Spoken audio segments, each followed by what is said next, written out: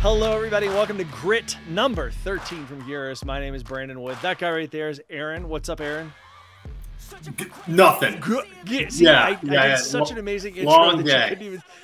I asked Arron right before we started if he wanted to do the intro.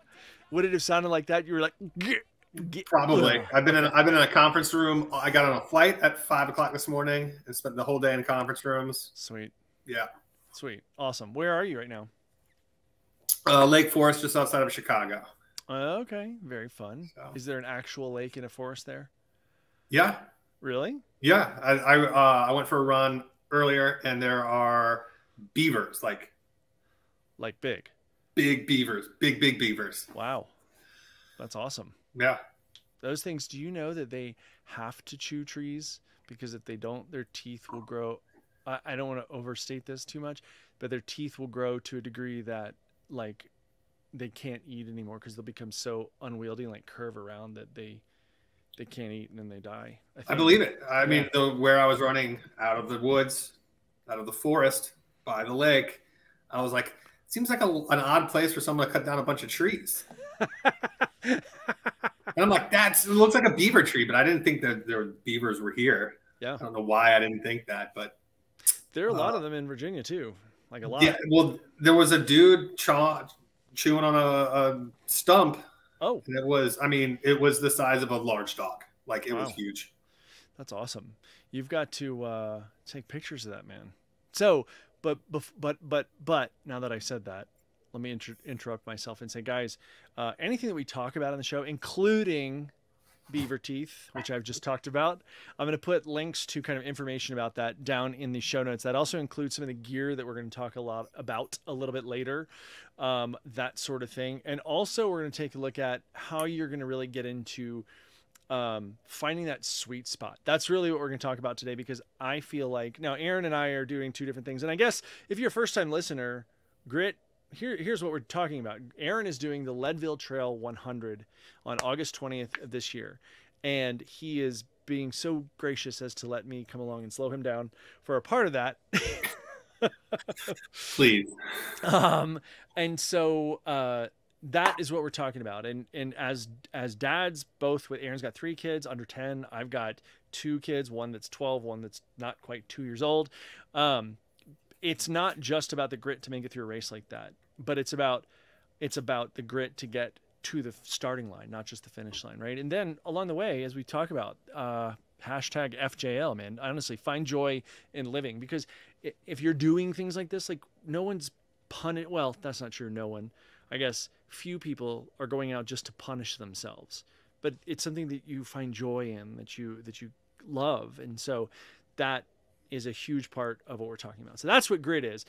Today, we're going to take a look at a little bit of gear. Right now, I've got some things that are kind of new and have been in-house for a bit, but I just haven't talked about them. And then we're going to talk about finding that sweet spot. And then we're going to talk about the Nike. I have been running in particular in the Pegasus, the Air Zoom Peg Trail 4, right? 4, I believe. 4. And I'm excited to talk about those. So before we get into that, please like, follow, subscribe, all those things. If you have any questions, comments, so on, we would love to hear your comments down below. If you're watching us on YouTube, Rumble, Odyssey, whatever, if you're listening, awesome. You're not going to be able to see the cool pictures that we put up, but please consider subscribing. That would mean a lot. And as Tim Pool says, smash that like button. And if you see Aaron's screen name right, well, I can't point. That's over there. If you're watching on the screen, Aaron's screen name, ARRONGARROD on Instagram, and me over here, Gearist, GEARIST on Instagram. Please follow us. And if you want us to follow you back, say, hey guys, follow us back. Let us know. Anyway, let's take a look at a couple things real quick. So, does that all sound good, Arron? I didn't even ask you. I'm just like talking. Two big thumbs up. Two big thumbs up. So I have been running, we both have, and doing all the outdoor stuff for so long. And one of the things that I genuinely find joy in, like genuinely, is when I come back from whatever it is, and there's something so awesome about being just caked in salt and sweat and whatever, and then getting into the shower and like just it's this it's this rebirth of like feeling the crap just slough off of you. So I wanted a soap that was really keeping up for it. Okay. So this is Duke Cannon. Are you familiar with Duke Cannon? Never heard of it before. Okay, bro, listen. Duke Cannon. So the first thing that I will point out is that a portion of every single sale that they make goes towards veterans. My wife is a veteran, full disclosure. That's a big thing for me. The other thing is that they're kind of along the zone of not taking themselves too seriously. This one right here, the soap I'm holding up to the screen, is called Naval Diplomacy. And it smells awesome. And they have some that are more subtly smelling, and then they have one they partnered with Buffalo Trace, which was founded, Buffalo Trace bourbon was founded in 1773, older than the United States of America, according to Mr. Rogan. So check these guys out. They also make like shampoo, conditioner, and I just really like their products. I'm not a huge I don't do a lot for skincare. I'm pretty fortunate in that area, that I don't need a bunch of special stuff. But their face wash is great. Their shampoo, conditioner, that's just what I use. So Duke Cannon, Naval Diplomacy. They have actually, I believe they have a soap for every branch of the military. And maybe even the Coast Guard, which is now in the Department of Homeland Security. So check them out. Duke Cannon. Love it. If you guys have tried this. So look, it's got in it Naval Diplomacy, steel cut grains, triple milled for superior quality. So there's like a loofah element to have like oats in there. It's 3 times bigger. Yeah, you see the size of this? Like this whole bar soap, it's massive.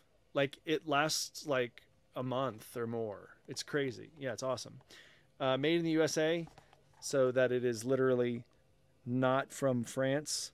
Not for clowns. And not for clowns. So, so the most important thing on the box. It's not for clowns. It's I love that feeling of getting super clean.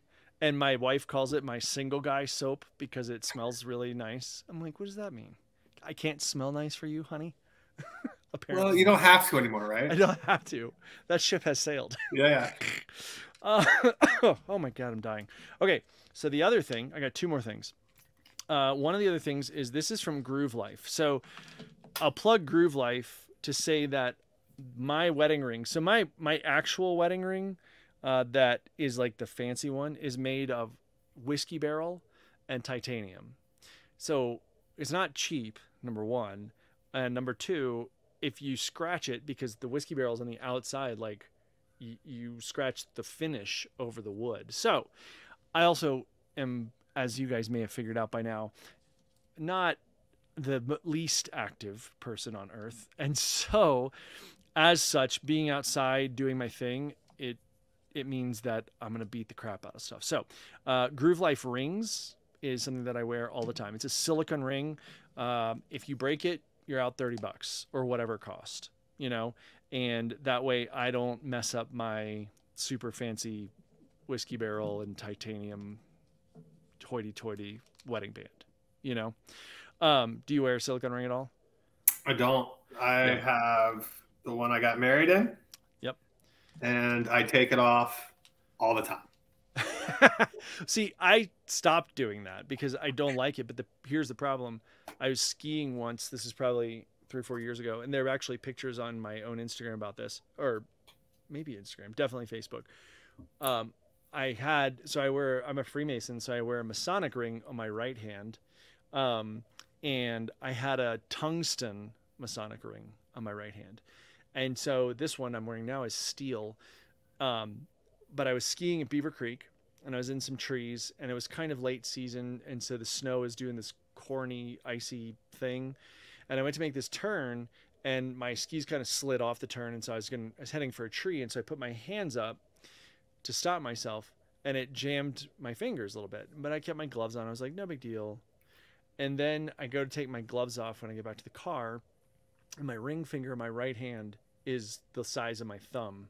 And I was like, this is not great. So I try to pull the ring off, put some soap on it, spit on it, all that kind of stuff. Doesn't go anywhere. So I'm like, oh God. So I go to the fire department. I drive home because I was up at Beaver Creek. I live in Boulder County.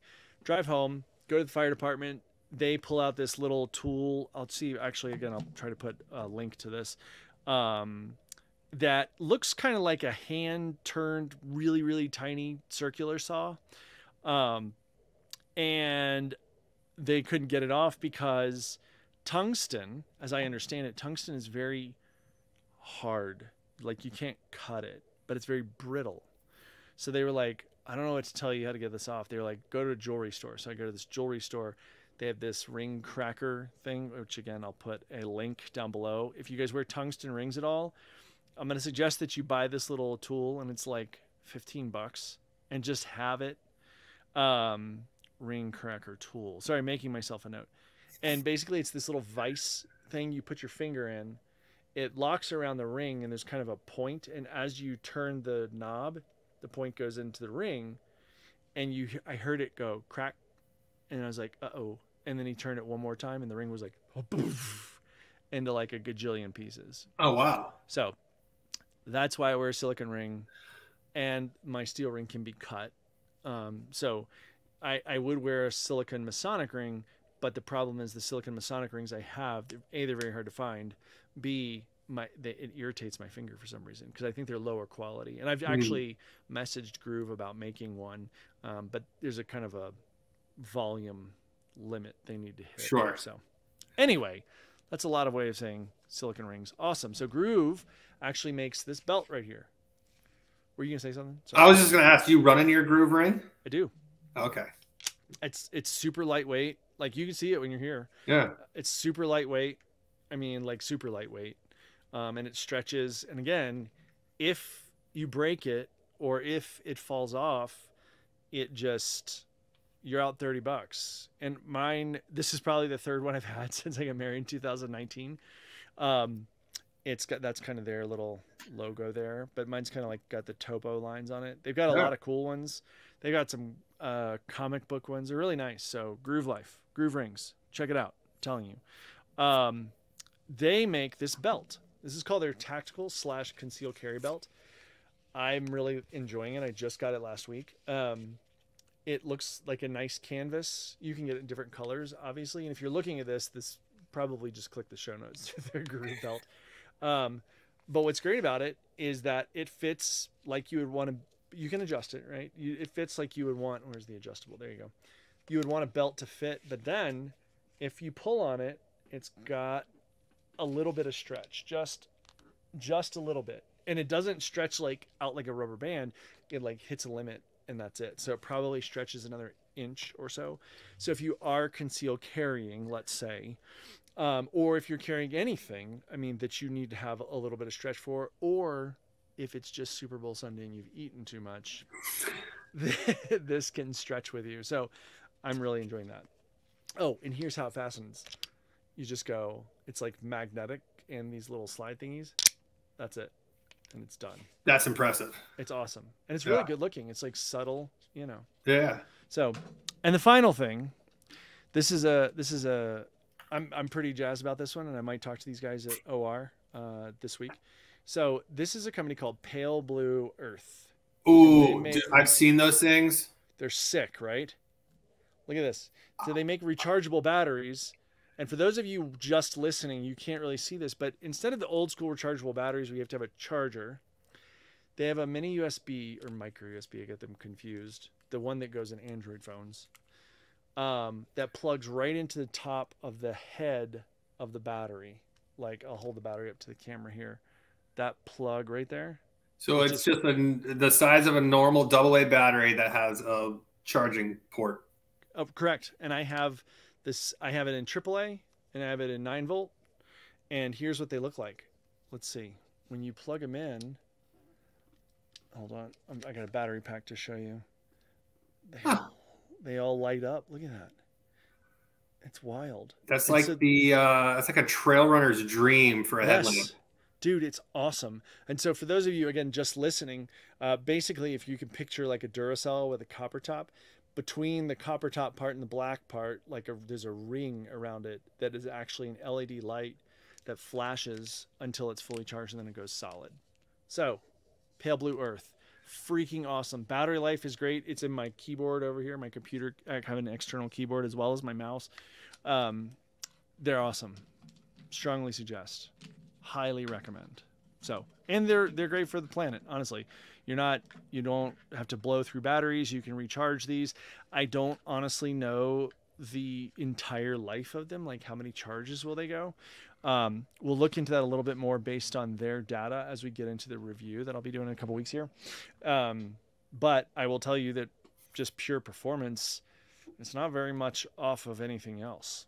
And if you have kids that require toys with 100 batteries, yes, probably a lot more cost effective. Oh yeah. So that's the gear that we have. That's the gear that I'm going to talk about. Good times. We're going to talk about the shoes in a minute, but before we get there, let's talk about the sweet spot. So, Arron, when you ran like in high school and stuff, right? Yeah, I did cross country in high school. Right. So you ran before I did.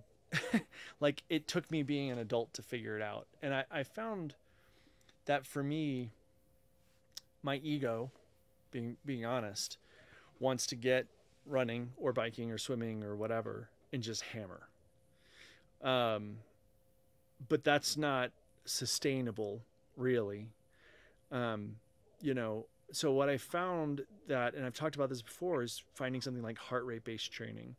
And, if you're not familiar with heart rate based training, people listening, it's basically that you're not tying your training to a particular pace or whatever. You're tying it purely to established heart rate zones based on actual data for your heart. But even within that, wearing a watch all the time and looking at your heart rate all the time and going, oh my God, because a heart rate zone is going to be roughly between 10 and 15 beats, right? So say it's 140 to 155 or something like that. And if you want to stay in that zone, really paying attention, yes, you can set alarms on watches and stuff to say, hey, you're getting outside your zone.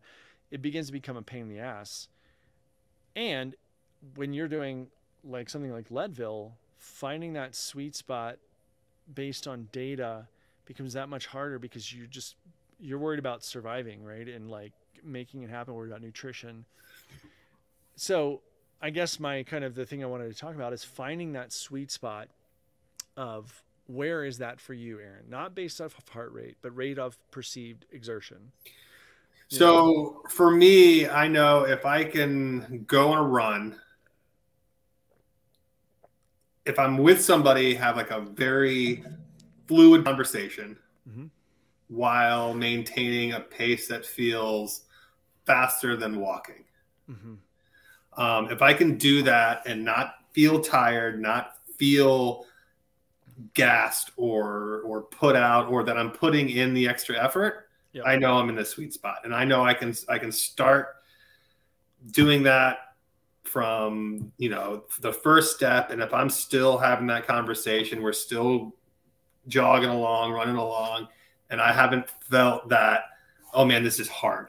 Oh man, I feel like I'm working, but you're just in that sweet spot where you're having that conversation, you keep running, and the miles kind of just tick away. And you don't feel like you're going from, I've got to get to this point, I've got to get to that point.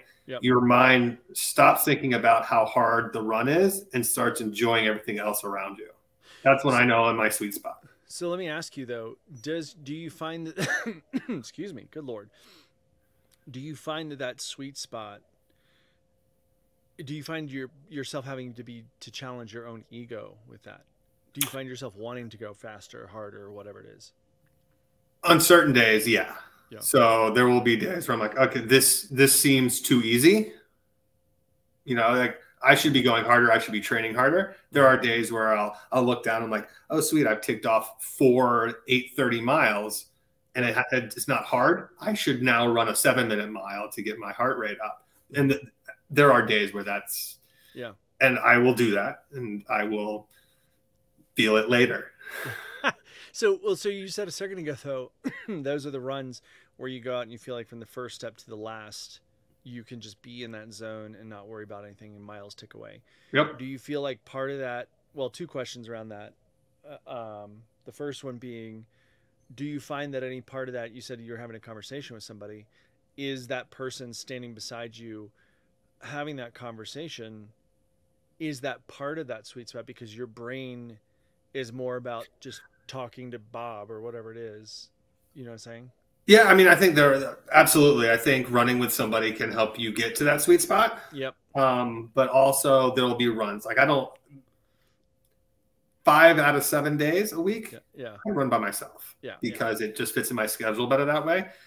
And that will be where I'm either listening to a podcast or listening to music or whatever. And I'm not worrying about how far I'm going between songs or what's going on during the podcast. I'm enjoying what's going on in my head. Yep. Like I'm, what's coming into the earbuds. And I'm not, again, to my, to my point is I'm not worried about how far I'm going, how fast I'm going. I don't feel like I'm putting that extra effort in. That's when I know I'm in the sweet spot, when it doesn't hurt. It doesn't, I'm not.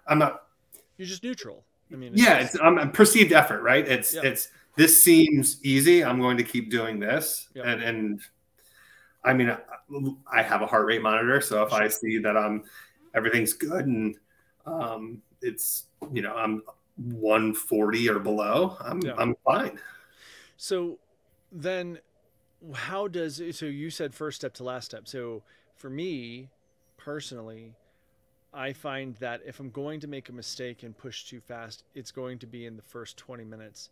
So I try to make my first 20 minutes even slower. And sometimes, like, if it's really steep, whatever I'm on, I'm going to walk the first 20 minutes just to kind of get muscle and get blood in the muscles and, get my heart rate out of where it's been sitting in my car driving to the trail or whatever it is.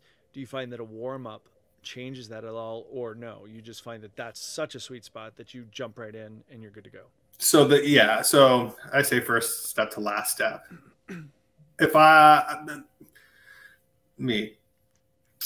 go out and my go-to is get out the truck, lock it, key in the pocket, phone in the pocket, go. Yep. That first half mile is my active warm-up. That's me getting the blood flowing. If my heart rate spikes to 180 in that first half mile, I know I'm going too hard. Yep. And I will back down and go slower. But if it's 165, probably not going to stop. Yeah. Like, especially if it feels easy. It's that perceived effort. Yeah. Yeah. So even if my heart rate goes up, if it feels easy, then I'm fine. But if it spikes and I can feel like, oh man, this seems like it's a little hard, I'll, dial it back a little bit, and it's, if it's hot. Yeah. If I've gone 6 days in a row, because the sweet spot comes, but that sweet spot goes just as fast as it came. So, and I don't mean to diverge because I was running the other day, and so at Hall Ranch, which I told you about, which I'd love to run while you're here. I had a fantastic run because I started out, and you'll see. I mean, the first quarter mile is kind of flattish, then that's it, and then it's just uphill.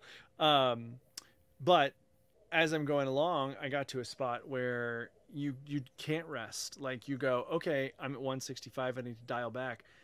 Dialing it back equals, or whatever that number is. It equals walking, at least walking, because it's just uphill.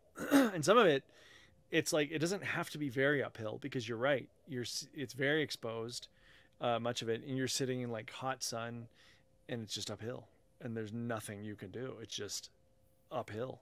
Also, then the same thing happened, and this is one of those things, again, I don't mean to get off on a tangent, but I almost, for the first time ever running this, seriously, I've seen these plenty, never almost stepped on one. I almost stepped on that guy, this rattlesnake right here. Yeah, I saw that.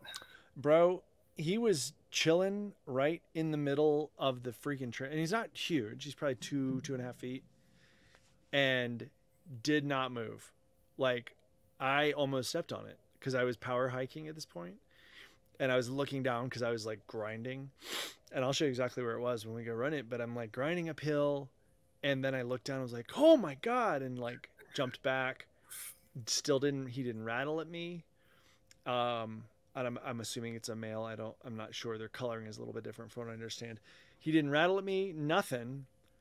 And then I gave him kind of a wide berth, even though if you can see in this picture, like he's stretched out.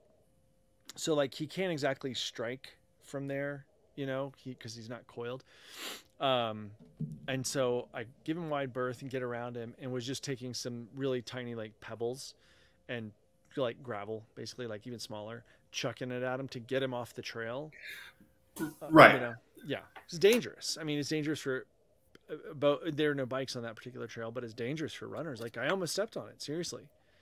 Then I saw another one, freaked the piss out of me.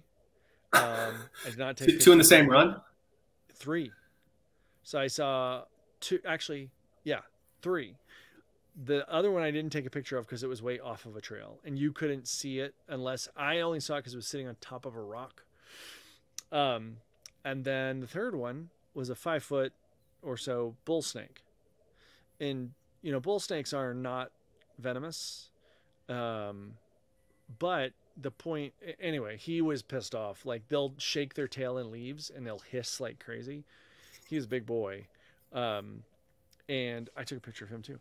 And, but what the kicker was, and this was what I was getting ready to say, is that, your heart rate spikes, and getting it back under control is no joke. Here's the bull snake. Nice. Like he's a big boy. Yeah. And I don't hate snakes. I'm not a huge fan, if I'm being honest. So fair enough. Yeah, dude. But it was like, and getting back under control with that, because for me, what happened was, and I think this is one of the reasons that I had a bad run. I mentioned this on a previous episode a few weeks ago. I had the worst run, and I just could not get into a groove at all. And I think it's because I knew that it was snake season. And there's, for the record, like at the gate of Hall Ranch at the trailhead, there's a sign that says, hey, it's rattlesnake season. Maybe keep your eyes open. And I did. Here's that sign. I mean, literally, They're like, just be aware. It says, yeah, rattlesnakes happen. So I'm trying to be all cute.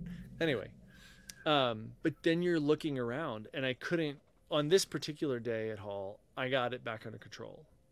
But it was like I needed a minute, so I had left the bull snake because that was the last one I saw, and I was like, okay, well, we're good. But the problem is, it's one of those external factors. Like you're talking about heat or uphills or whatever. And I'm just like, because you'll see, man, the rocks at Hall Ranch on certain spots, it's like very rocky. And you can't see over a little gap, and there might be a little gap where one's just hanging out, getting some sun, and and your eyes are just going boom, boom, boom, boom, boom, scanning, and it just kind of elevates your heart rate. And I feel like that's, for me, I don't know, we're having kind of an objective conversation and kind of stepping back and just say, do what you can, instead of worrying about looking at your feet side to side, up and down, side to side, up and down, right at your feet. Look 6 feet ahead and understand cognitively that they have great camouflage. Anyway, it's things like that, and kind of going, okay, it's hot, so maybe I need to dial it back one extra tick to keep it there. And the problem is, the challenge for me is that when you get tired, you're late in a run, you're hot, you're sweaty, your nutrition's a little unbalanced. You go, okay, I need to correct this, but your brain is like, hey, what's that shiny thing? It's like being drunk. You know what I'm saying? Yeah. It's like finding that way to dial it back, and that way to do that internal calculus becomes that much more impaired. Yeah, it's a unique situation, right? Because you're in a spot where you want to keep going. You want to either keep your pace or keep your perceived effort. Yep. But you also know, I mean, especially being experienced, yep, in the endurance sport, yep, that you need to do something to make sure you keep yourself together. So it's your ego, and then there's what you should be doing. Yep. Yeah, I mean, there's always runs like that. Like I'm a very observant runner. Okay. I can see a and you snake. can run in front when you come out here. Yeah, and that's fine.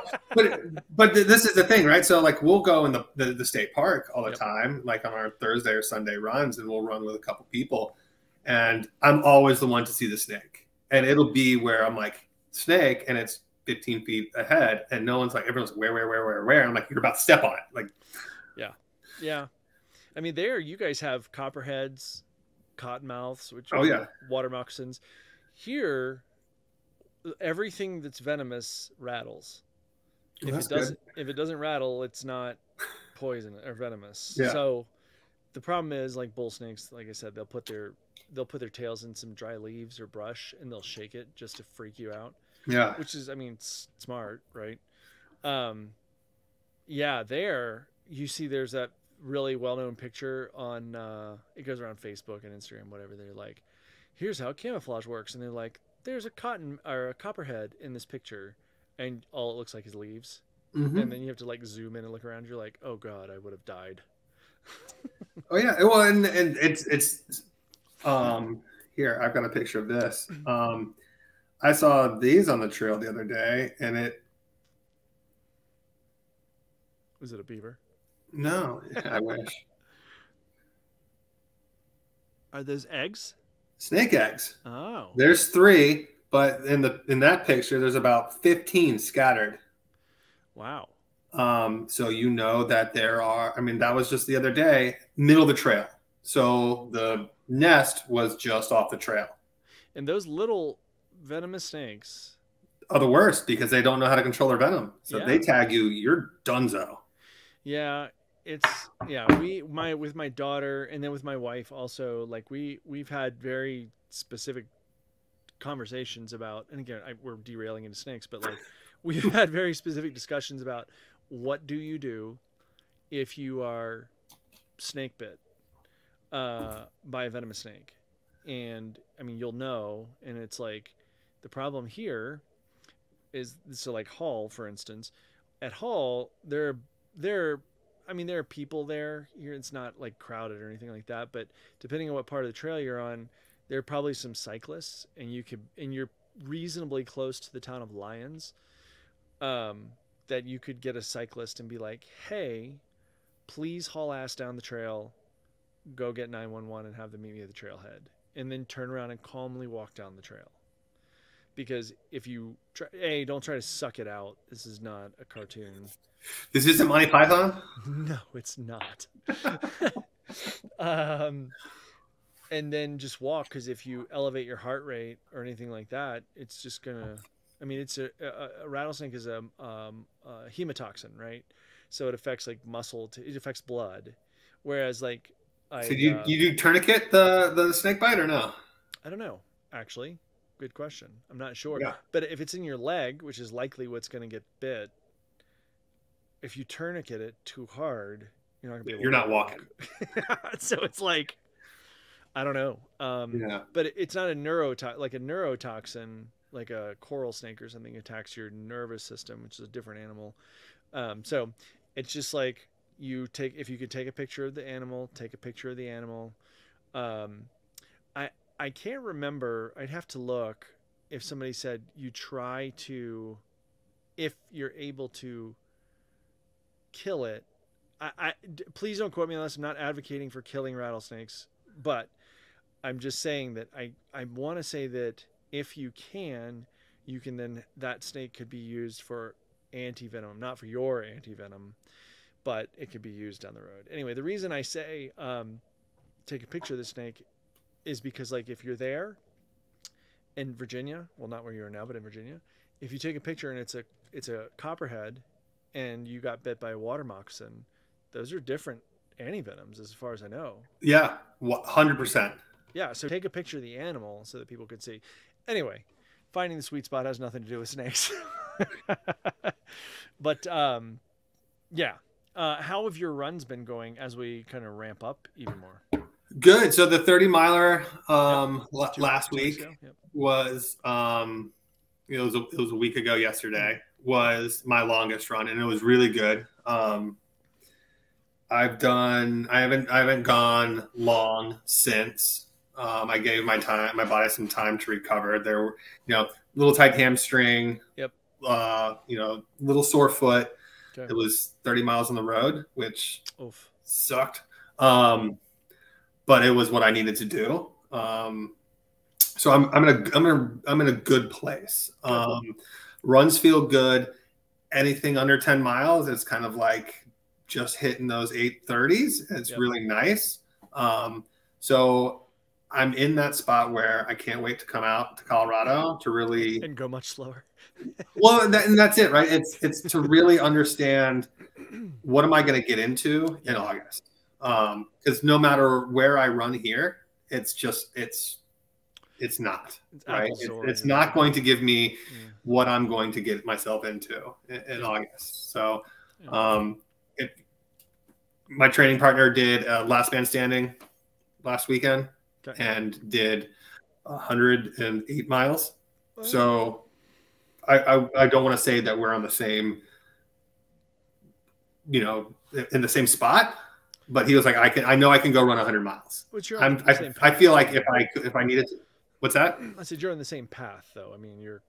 Yeah. I mean, I would say if I had to go run 100 miles tomorrow, I could do it. Yeah. I don't know if I could do it at elevation. I don't know if I could do it with the gain right now. Yeah. But I think I'm there. Yeah, and I think that again, part of it's going to come back to ego. And as confident as you were saying, I could go to 100 miles right now. Part of that is about going, yes, but I know what I'm doing. Again, I talked about this person that I know way back. He was like, well, no one's ever I'm going to run hard. I can run longer than anyone. I can guarantee you might run faster than me, you might run further, but I won't stop. And I was like, yes, you will. Because your ego doesn't, what are you going to run on broken legs? I mean, you can't. At some point, you're going to die. Like, humans are delicate creatures, and if you go and thinking you're so tough, why not just set your ego aside, run 3 ticks clicker or slower, and go much longer?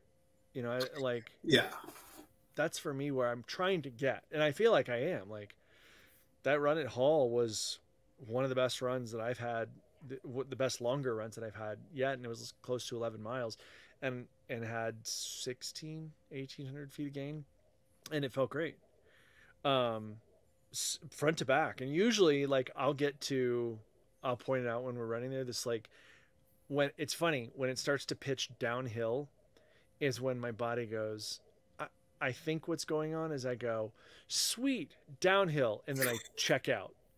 And so the problem with that trail is that when you start to tip downhill, and I'll see if I can show my Strava, when you start to tip downhill, you're not done going downhill. Like, there's this nasty little climb, 2 climbs. You can see it here. This little thing, where's my finger? That right there. Yep. As we get toward the end, that doesn't look like much. And according to this, it's only probably 200 feet, but it sucks. Still 200 feet. It's 200 feet, and your body's like, I just did all that, and I'm like 2 miles from the end. And for anybody who's out there who isn't running vert, right? Your typical runner, 200 feet is the equivalent of going up, what, 15, 20 stories? Something, 20 stories, I think. Yeah. Right? 10 feet a story, I think. So go to your local hotel and go from 0 to floor 20. Yeah. Like, it's not little. No. Like, it sounds little in the greater scheme of 15,000 feet, right? Yeah. What's 200 feet? Yeah. It's 20 stories. Like, that's 20 stories. Yeah. It puts it in your legs, man. I'll show you. But in this particular spot, like, I was like, okay, I know this is where I usually check out, and so I'm going to run what I can. When it pitches up particularly steep, because it's kind of undulating, and where it picks at this one point, I was like, I'm just going to cut it off. I'm going to power hike it. And that's what I did. And it paid so many dividends that, like, I was so much faster on the rest of it. Not that speed was my aim, but I was so much faster on the rest of it. And I felt strong. I wasn't beyond myself. And that was great. So, let's talk about shoe. So I've got two shoes here, actually. Let's talk about one. This is a shoe that I have not run in yet. This is the Brooks Catamount. Look at that. That's a sexy shoe, isn't it? It is a sexy shoe. So what's interesting to me here, a couple of things. One, you can kind of, the foam is like kind of opaque. It's their DNA Flash foam. It's very springy. Again, I've not run in it yet, just full disclosure. Got their ballistic rock plate, rock shield. I like that. It's a very kind of, as brightly colored as it is, like in your hand, it feels very minimal. You know what I mean? There's not a lot to it, and I think that's good. The lugs appear very well laid out for a dry climate, like a good Colorado shoe. They're what are they, 3.5 millimeter? It looks like 3.5, yeah, 3.5, 3 or 3.5, yeah. They're not deep. No, they look like a sweet, roomed trail shoe. Yes. I'm curious to see how they do on rocks. So we'll see. The other thing that I think, two things that I think are very interesting. One, they've got this gator trap back here, little Velcro guy on the heel, right on the back of the heel there, where you can strap down a gator. And then also, if you're Arron and you want to put as a memento, memento, right here it says my crew, and then there are lines where you can write your crew's name on it. Oh. Isn't that cool? That's neato. Yeah. It's a little superfluous, but it's still pretty cool. Yeah. Yeah. Anyway. I like it. I'm curious to try that out. Here is the shoe that I've been running in. This is the one that I did haul in. We talked about this a couple of weeks ago. This is the Air Zoom Trail Pegasus, basically the Nike Peg Trail 4. I'm curious to hear your thoughts because I've run on it twice now. So, you want to compare thoughts? Let me tell you what I think. Okay. So, the first thing is it's boring looking. That's for sure. And there are people, like I put this on my Instagram, again, at Gearist. It's not great looking. Like it doesn't have the loud colors of prior models. I don't give a single crap about that. Yeah. But there are people, and this is the comment that I got on my Instagram, where somebody was like, oh, no, it looks all boring. It does look boring. It for sure looks boring. Even if you look on the medial side, it's got the kind of Nike Trail logo there. I don't care. Who cares? Does it? I want to throw there's a little design-esque into it, right? Like if you look on the medial side, it's got the orange with the yellow eyelets. And then if you look on the other side, it's got the yellow with the orange eyelets. Like that to me was like I like the way it looked. It's not your super flashy shoe, but so I'm holding up to the camera the Flywire eyelet setup. The Flywire is different colors on different sides. You're right. I mean, but it's gray. It's just very gray. I don't care. I think, but you're right. The way that they do that counterbalance is pretty cool. It's a trail shoe though. Like you're gonna get them dirty. Who cares? Yeah, I could have the most beautiful look. I've got the Zoom Terra Kiger sitting over here, which is this nice like flame orange color. It's gonna look like brown orange here in about a week. So not a big deal. So that's what I think about the design. Who gives a crap about the design? I will say I am impressed by this shoe. So it's using Nike React foam. Looking at it when I first put it on, and this is prior to my run at Hall, but I had a few other runs in it actually. It's got a little more in terms of drop than I tend to be. Like 4 millimeters is like my sweet spot. I don't know what the drop is on this exactly, but it's a little more than 4 millimeters. Because I run in so many different shoes, it doesn't really affect me. But it's just kind of a sweet spot. I don't mind it at all because again, on trail, drop doesn't matter nearly as much as it doesn't matter at all, quite frankly, because of the way your gait is. So there's that. The grip, very, very good. It was actually very, very good. I was impressed by the grip, and you wouldn't think that it would be so grippy on the bottom because it doesn't look like a particularly dynamic lugged shoe, but it just did a really good job. Again, probably more laid out for a groomed trail or a dry trail. Definitely not like a soft ground trail.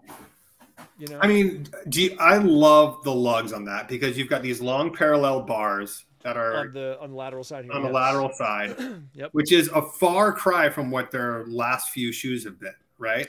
Yep. And this is a staple. I mean, Nike does this all the time. They put that reinforced bar on the lateral side of shoes all the time, because even if you're, whether you're a 4-foot runner or a midfoot runner, which I am, that's where you're going to land. That's going to be your impact zone for the large amount of people, you know. But yeah, I like the lug layout as well. It's very well done. Then I will say there is no toe cap in this. Oddly or interestingly, they change up the pattern and it makes it look like there's a toe cap. There's effectively no toe cap in this. They brought the outsole just front, right? Correct. Yep. If you're going to kick something, you're going to kick it. But I mean, like, there's nothing that comes over the top. Right. Which, fine. It didn't bother me at all. I know that there are people that love their toe protection. And I don't really care. Frankly, I don't care until I care. And then when I do stub my toe, I'm like, damn it, why is there no more toe cap? Yeah. You know? I feel you, but if I kick a rock, yep, I usually kick it hard enough to where it doesn't matter if it was a toe cap or not. Exactly. It's gonna suck. Even if we were steel toe boots, for it to not matter. Right. Gusseted tongue, which is good. I like that. I felt really secure in this. The biggest, I don't know that I'm going to call it a drawback. So Andrew Block, who is Beaker Concepts, Beaker Concepts on Instagram, Andrew's also running in this shoe, and Andrew does reviews for us, right? So he's also running in this. He has a narrower foot than I do, and it was perfect on him. Like, there are shoes that he cannot wear because his foot is narrow and it gets in there and it just feels swimmy. Like, he doesn't feel very secure. I felt very secure in this. I have a very average foot. It's not wide, it's not narrow, it's just average. But when I started descending, I did feel I would like a tiny bit more on the lateral toe. Like, it's a reasonable amount here at the front of the toe, the front of the toe box, but right here, right where the pinky toe and the second toe, right where those go, or I guess the fifth and fourth toe, where those go, I would like a tiny bit more, only because I started to feel a little bit jammed. And honestly, I felt jammed for like out of that whole almost 11 mile run, I felt jammed for like a mile. You know, so I don't want to, I'm not going to say it's a huge complaint, but I noticed it. But I will say that the feel of this is a great shoe. Like, it's a great shoe. It's impressive. My initial thought was, I don't think I could run that bar in that shoe after putting a handful, like two decent runs in that shoe. Yep. I could definitely run a 50 miler in it. Oh yeah. I'm going to bring it with me. Yep. And it may be a shoe I switch into at Leadville. It's a very good shoe. It is, like, the tongue is padded, but it's not overly padded. So it protects you against the laces, so you can really lock down if you need to. There's a lot about that shoe that I like that I didn't like in the first version of the shoe. What they've done in the last handful of years as they've evolved their trail peg is phenomenal. Yeah. It's an impressive shoe. Like, they did a good job. Again, if you're looking for style points, whatever. Yeah. I mean, I feel like you're barking up the wrong tree there. But from a purely functional, like, very versatile trail shoe, especially in the summertime, where you are, I don't know, does the state park, does it get peaty? Is the ground more dirt? Does it require a longer cleat, or would this work in that type of situation? This will work great. I am curious to see how it does in wet conditions.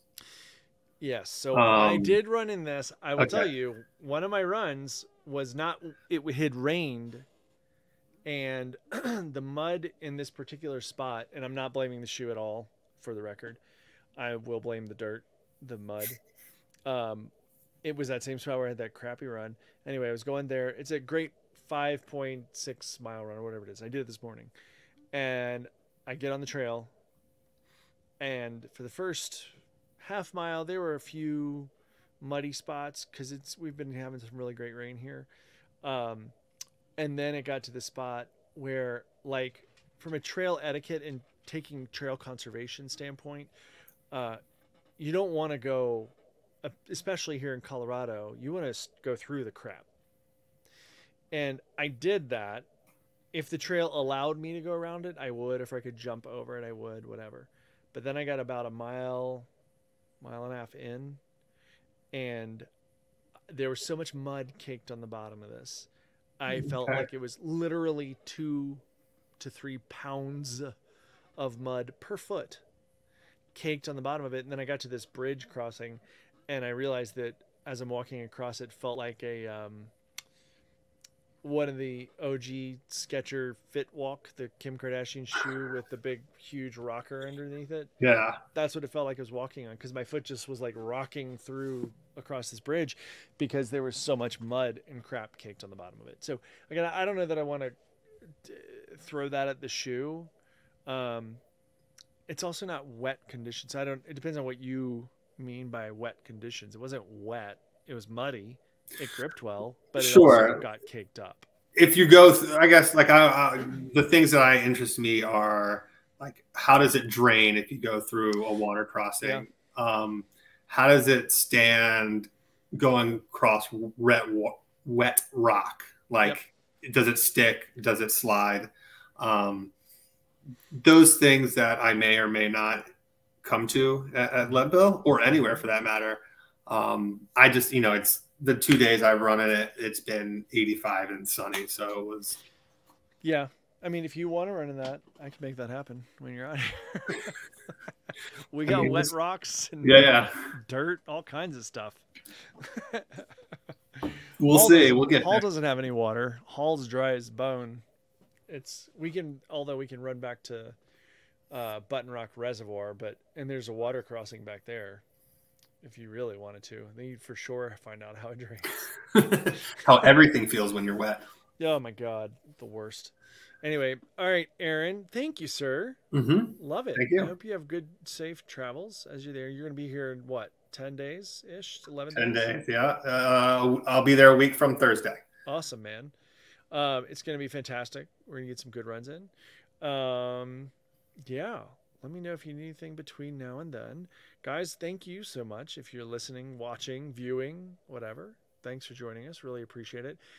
Just so everybody knows what's upcoming, I messaged Danny Abshire, his wife, actually, because I'm not stupid, and I'm going to message the boss. Just kidding, Danny. I love you. Messaged his wife today to see if we can, when we can set up him getting on the show. Not only because we want to talk about his understanding and knowledge of running shoes and development and things like that, and as a runner, but also his experience with Leadville. So it might actually be a couple of episodes. So follow Arron on Instagram. That's his thing right there. ARRONGARROD, and me, Gearist, GEARIST. And guys, I would love for you guys to let us know, how do you find, when you're out on a run and you're trying to find that sweet spot, how do you find joy there? Like, because really, I know that sounds all esoteric and a little bit like woo-woo or whatever it is, but honestly, if we're not there to enjoy it, how do we find that? I found myself on that muddy trail. I was coming back after I was like, I'm not running for the next mile and a half in this crap, and I just flipped it. So I'm coming back. I got shoes. I'm so pissed off because I was feeling good and I just couldn't do anything. And I'm thinking to myself, Brandon, you've said before, the worst day running is better than the best day in an office. Not true. That day was freaking horrible. So yeah, it's just not fun. Like, I didn't get anything out of it, especially because I know I need to train. And I think that to me was the mental shift. But anyway, when you find yourself, those people listening, watching, whatever, when you find yourself in that spot where you're getting down, you're getting in your head, you're not finding joy in it. How do you find that joy? Whether it's your daily drive to work, whatever it is, where do you go mentally, physically? Where do you go? How do you find joy living? #FJL. FJL. Arron, thank you so much, sir. Thank you. Thank you, guys, and we'll talk to you next time. Later. Peace.